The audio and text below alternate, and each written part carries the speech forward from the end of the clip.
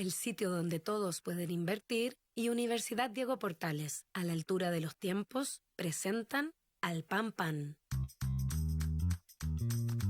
En el Mostrador Podcast, debate y conversación para comenzar tu mañana. Al Pan Pan, con Mirna Schindler. Entrevistas con los actores de hoy. El Mostrador, el poder de la independencia.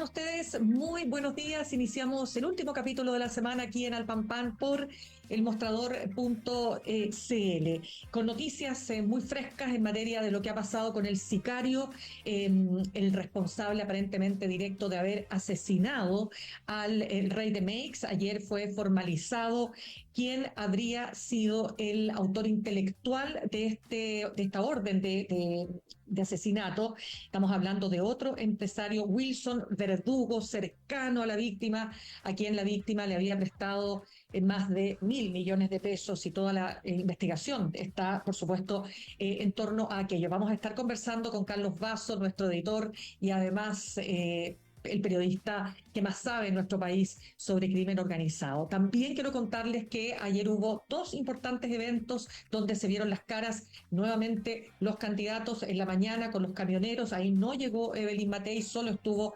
Jara versus Kast, con hartos entreveros ahí en estas distintas posiciones, digamos, y por supuesto el debate que normalmente ocurre después de estos eventos. Y en la tarde esto culminó ahora sí con la presencia de Evelyn Matei en la Cámara Chilena de Comercio.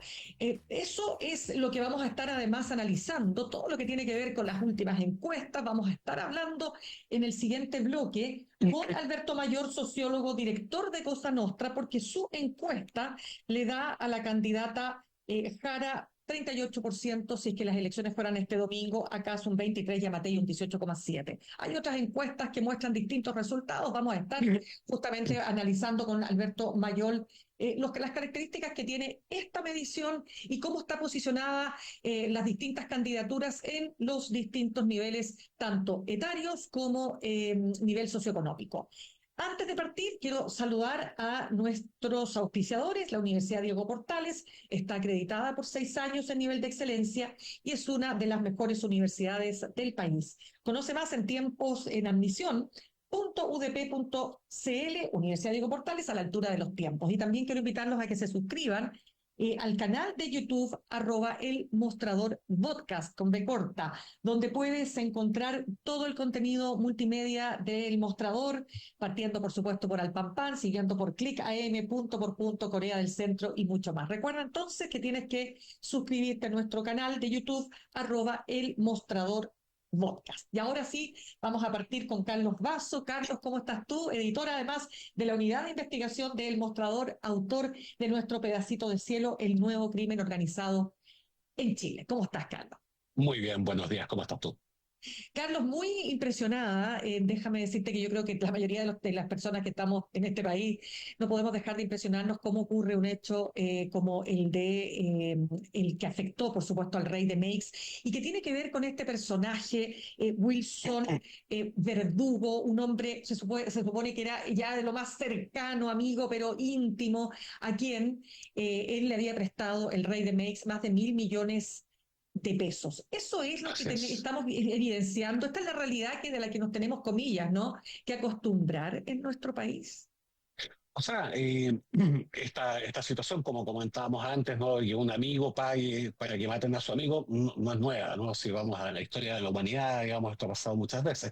Yo creo que sí, efectivamente, la opción, la posibilidad de que alguien contrate a sicarios a quienes no conoce, que todo indica que así sucedió en este caso, efectivamente es parte de este nuevo contexto en que estamos viendo. Si tú piensas casos en que hemos conocido situaciones de sicariato antes en este país, ¿no? Tenemos el caso de Viviana Hegel, tenemos el caso de, se me olvida cómo se llama esta mujer, ¿no es cierto?, ahí en Providencia, que manda a matar terminan matando La Quintrala, la Quintrala. Exacto.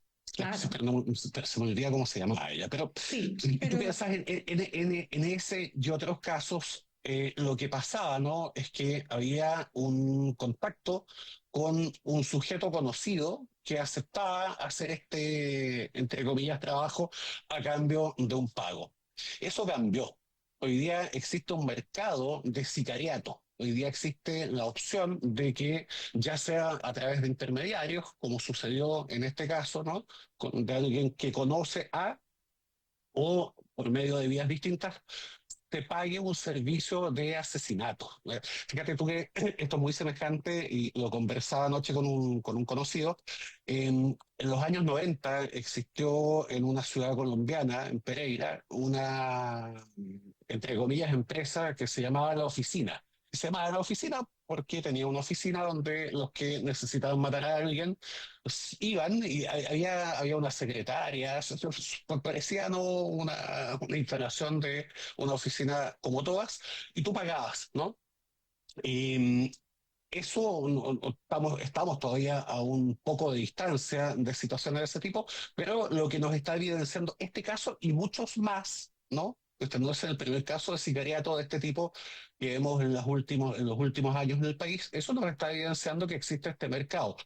Lo llamativo que tiene este caso, y entendemos que, digamos, la única explicación que hay para eso es el monto del dinero que está involucrado, es el pago. Yo conversaba hace 2 días con un detective muy experimentado en temas de homicidios, y él me comentaba que en los últimos años han visto pagos por homicidios de hasta 80, 90, 100 mil pesos. Aquí hay un pago de 30 millones de pesos. No es común esa cantidad, ¿no es cierto?, de efectivo, y te insisto, entiendo que puede haber dos condicionantes en esto. Uno tiene que ver con, efectivamente, con este monto, ¿no? Seguramente quienes hacen este negocio le dicen, bueno, ¿cuánto debe usted? Tanto. Ok, nosotros cobramos un porcentaje. Ese porcentaje, además, o esa cantidad, esos 30 millones de pesos iniciales, tienen además un cobro, un componente, entre comillas, de desgaste de material de trabajo.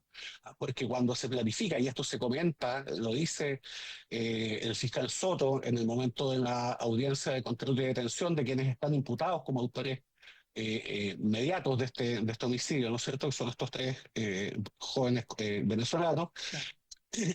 Ellos además se les paga, se les compensa la supuesta quema del auto que habían usado. Ellos sabían que una vez que ejecutasen este homicidio, ese auto iba a tener que ser quemado, obviamente en función de la eliminación de evidencias, y ante eso, ese costo, ¿no es cierto?, está integrado dentro de este pago. Aún así, te insisto, es un pago muy, muy, muy importante. Y la segunda condicionante que quería mencionar es que, bueno, pese a que cometen muchas equivocaciones en este homicidio, eh, quienes asumen, o la entidad o organización que está detrás de este homicidio, se supone que no es amateur, porque es el Tren de Aragua. No se sabe exactamente todavía, ¿no es cierto?, de qué vertiente son estos imputados, o si son de alguna vertiente, o si son de lo que es el Tren de Aragua propiamente tal.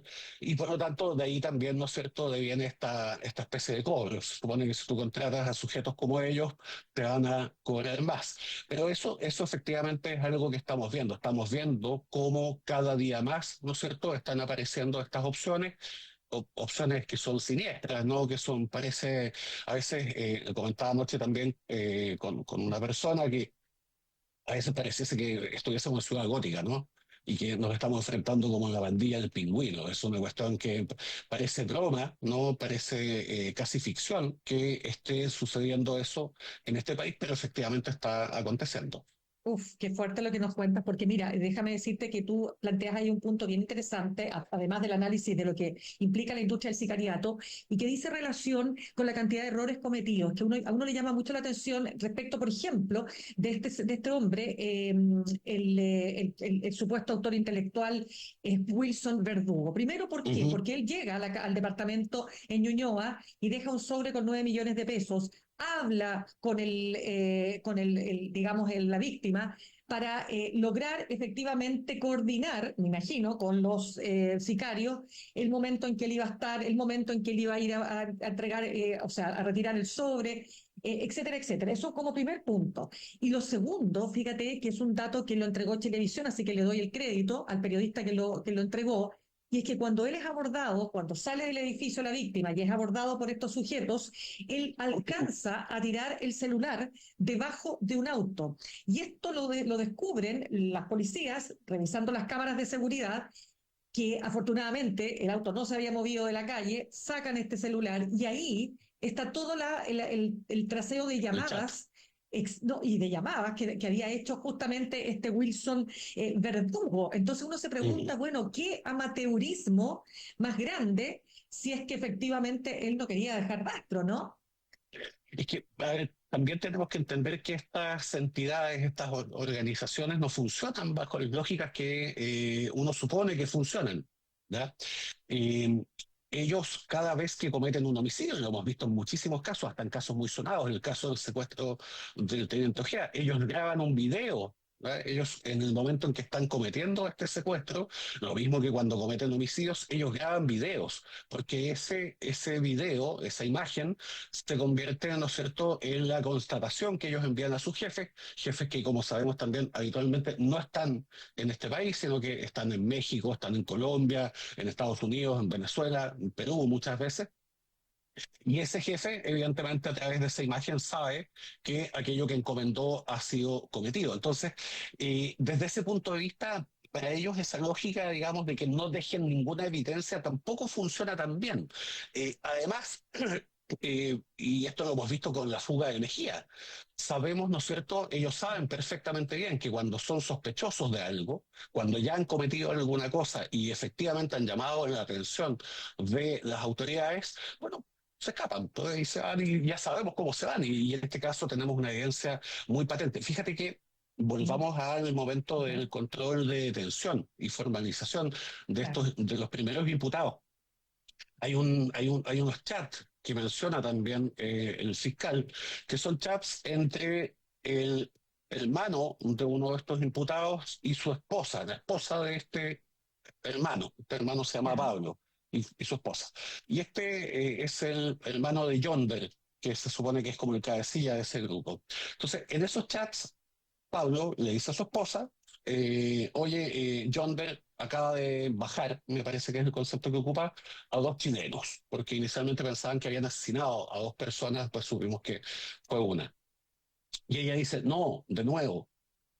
O sea, evidentemente Yonder ya había matado.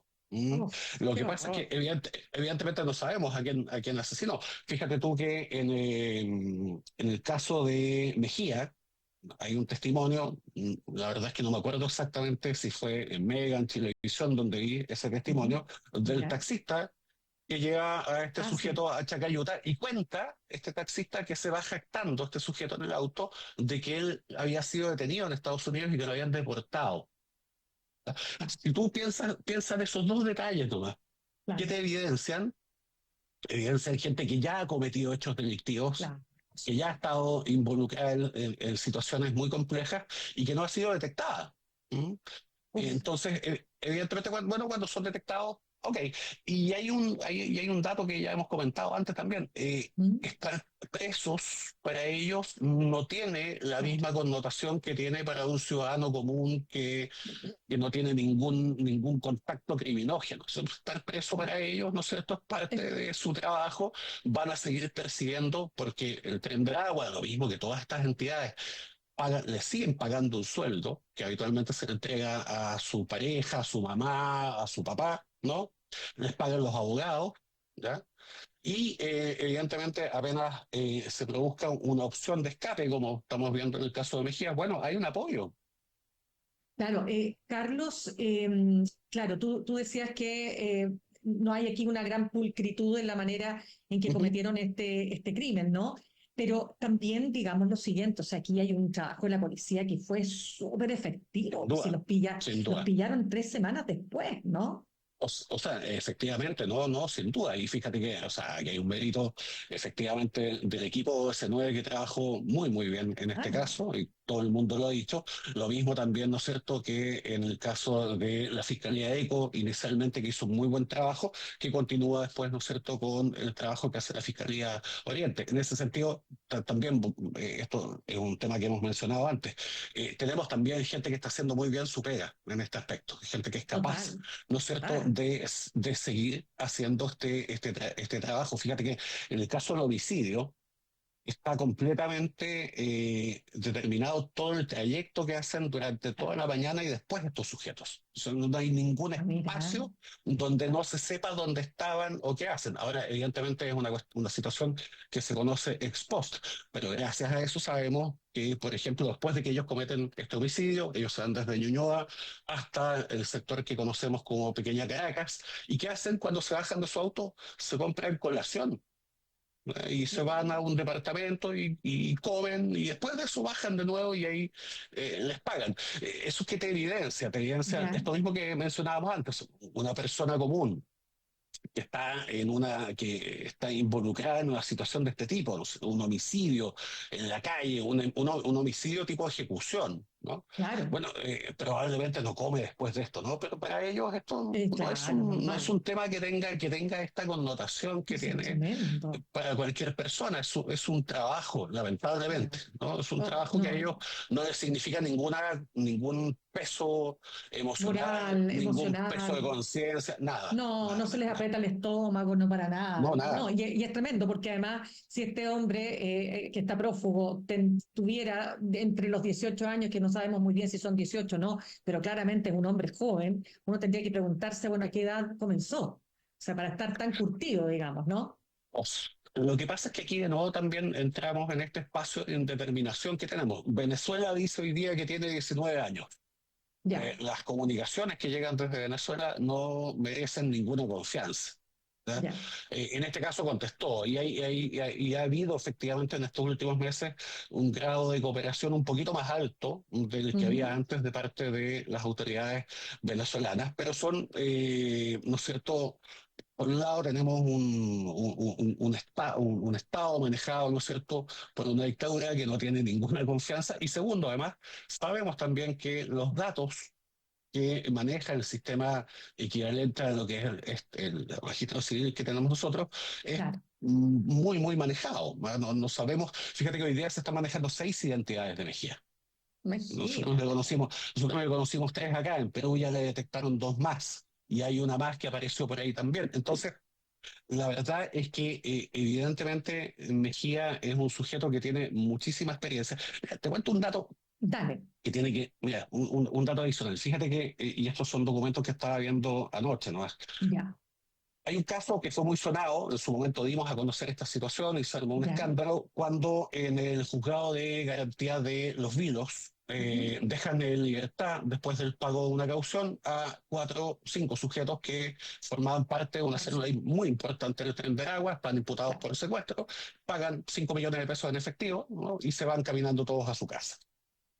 En ese caso, en esa investigación que continúa, esa investigación empezó un juicio hace muy pocos días, suspendió y continúa en 2 meses más. En ese caso, se identificó después de mucho tiempo a un imputado que es el sujeto que dirige operativamente este secuestro. Es un sujeto de apellido Montañez, ¿ya? ya, Y cuando se empieza a investigar a Montañez, que es un venezolano, se descubre que Montañez había estado detenido antes, acá, había estado detenido en Santiago, había sido condenado por tráfico de estupefacientes en Santiago. Eh, obviamente no cumplió con las medidas con que queda, después de que es condenado, se le da lo que se llama libertad vigilada especial, se tenía que ya, presentar todos los meses ante las autoridades penitenciarias. No, obviamente eso no sucedió, después se fue a Chillán, desaparece desde Chillán, ¿no?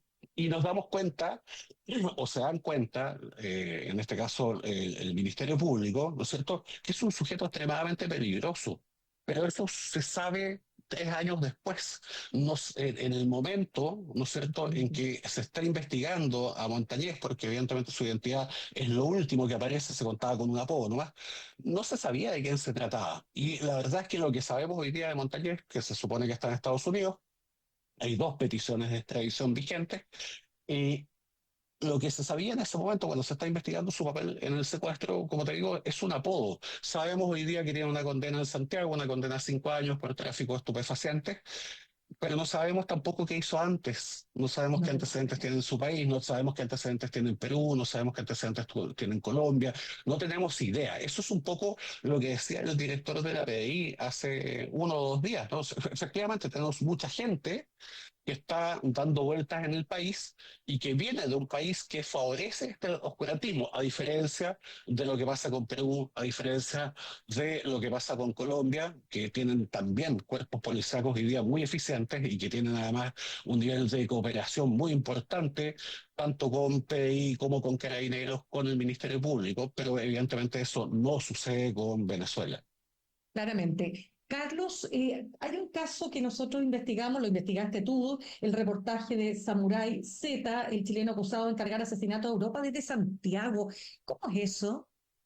Bueno, es que eso también te da cuenta un poco y siguiendo con este tema del sicariato, te das cuenta de cómo va cambiando esto. Samurai Mm. Z, ¿no? Que es el apodo que usa este sujeto en distintos foros, tanto de Telegram como de Signal. Es un sujeto que nació en Santiago, nació en Puente Alto, que se va muy joven, muy niño, de 5 años, con sus padres, se van a Suecia, ¿no? La madre es una mujer que tiene antecedentes por tráfico de estupefacientes y en Suecia además adopta una identidad sueca. En Suecia lo conocen como José Minneblom. Ya, Y José Minneblom empieza a ser investigado tanto en Suecia como en Dinamarca, porque a través justamente de estos grupos, ¿no es cierto?, que se convocan por medio de estas apps, ofrecía y pagó asesinatos, tanto en Suecia como en Dinamarca.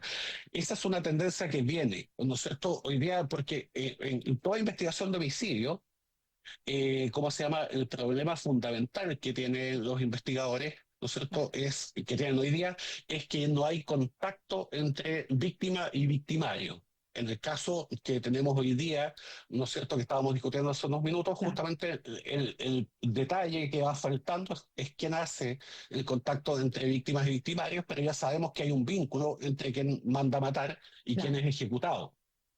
Pero exacto. cómo, pero cuando se ofrece esto a través de un foro público, cuando dicen ofrecemos, en este caso se cuenta, ¿no es cierto?, 100.000 coronas, Ujú. o perdón, 1 millón de coronas, equivalente a 100 Ya, mil dólares, ¿no es cierto?, por matar a una persona y un chico de 17 años dice, ok, yo lo hago, ¿verdad? Y da las instrucciones y él va y dispara, no en ese caso, no solamente en ese caso, hay otros casos también. Entonces, esa lamentablemente es una tendencia que sin duda nos va a llegar a nosotros. Ahora, en oh, este qué caso, mal. ¿qué pasa con Minelgom? Lo que detectan las autoridades suecas y las autoridades danesas es que las direcciones IP desde las cuales él se conecta para dar estas instrucciones para cometer estos homicidios, uno en Copenhagen, otro en Malmo, en Suecia, ¿no? Son direcciones IP que están ubicadas ahí donde en Santiago. ¿Qué significa eso? Ya, Significa que este sujeto, tal como se sabía, estaba ya ubicado en Santiago, ¿no es cierto? Y desde acá es desde donde está dando estas instrucciones. ¿Por qué estaba en Santiago? Porque había tenido una serie de dificultades judiciales en Suecia, en su país adoptivo, y había huido hacia acá. Acá cae detenido casi por casualidad. Hay una denuncia que hace una persona porque él supuestamente secuestra a una pareja que tenía en San Miguel y Carabineros lo toma detenido por este tema. Esa denuncia finalmente quedó sin efecto y lo único que hay vigente en su contra en este momento está detenido en Santiago 1, es una petición de extradición que está vigente tanto de Suecia como de Dinamarca.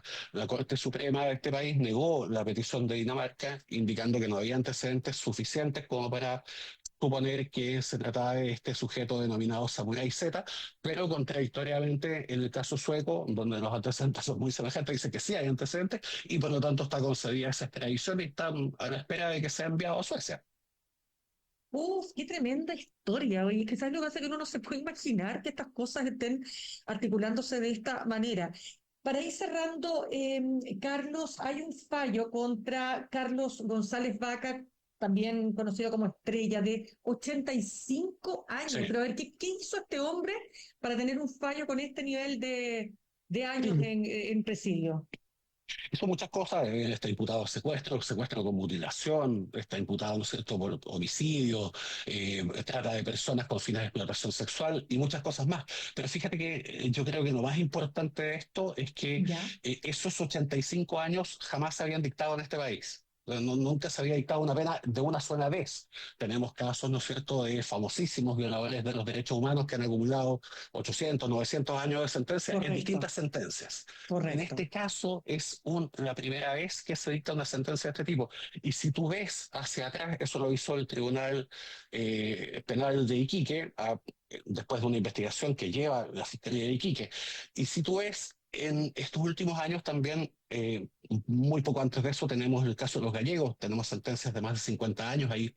Tenemos el caso de sujetos condenados también del Tren de Aragua en Temuco, también condenados a cadenas perpetuas por homicidios. Tenemos cadenas perpetuas en Puerto Montt, también en contra de sujetos de este grupo.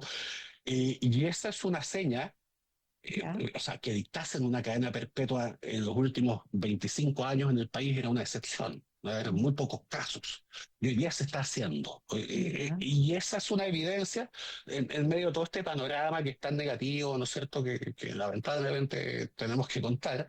Pero también hay cosas positivas. Y una cosa positiva que ha sucedido es que hay jueces en distintas partes del país, como evidencia de estos fallos, que se están dando cuenta, se han dado cuenta, ¿no?, de la gravedad que tienen estas conductas y están sancionando de un modo ad hoc a esa gravedad. En el caso de Estrella, estamos hablando de un sujeto, ¿no es cierto? Nosotros lo contamos en esa nota. Un sujeto que es capaz de, con una sangre fría absoluta, cortar Bueno, el dedo de una persona con un cuchillo, como si estuviese cortando una manzana, ¿no? oh, Es un cierto. sujeto que dirigía con una brutalidad este grupo, ¿no es cierto?, que explotaban mujeres, etcétera. Y evidentemente esa sentencia como te digo, es ad hoc a la severidad de los delitos que se le imputan. Vuelvo a esto y conecto de nuevo con lo que mencionábamos antes en el caso, ¿no es Ujú. cierto?, de estos imputados por este homicidio en Ñuñoa. Hay buenas investigaciones policíacas, hay buenos fiscales, hay buenos jueces, y yo creo que ahí es donde está todavía, ¿no es cierto?, esta especie de esperanza que tenemos como país, en el sentido de que todavía tenemos instituciones que Cierto. funcionan.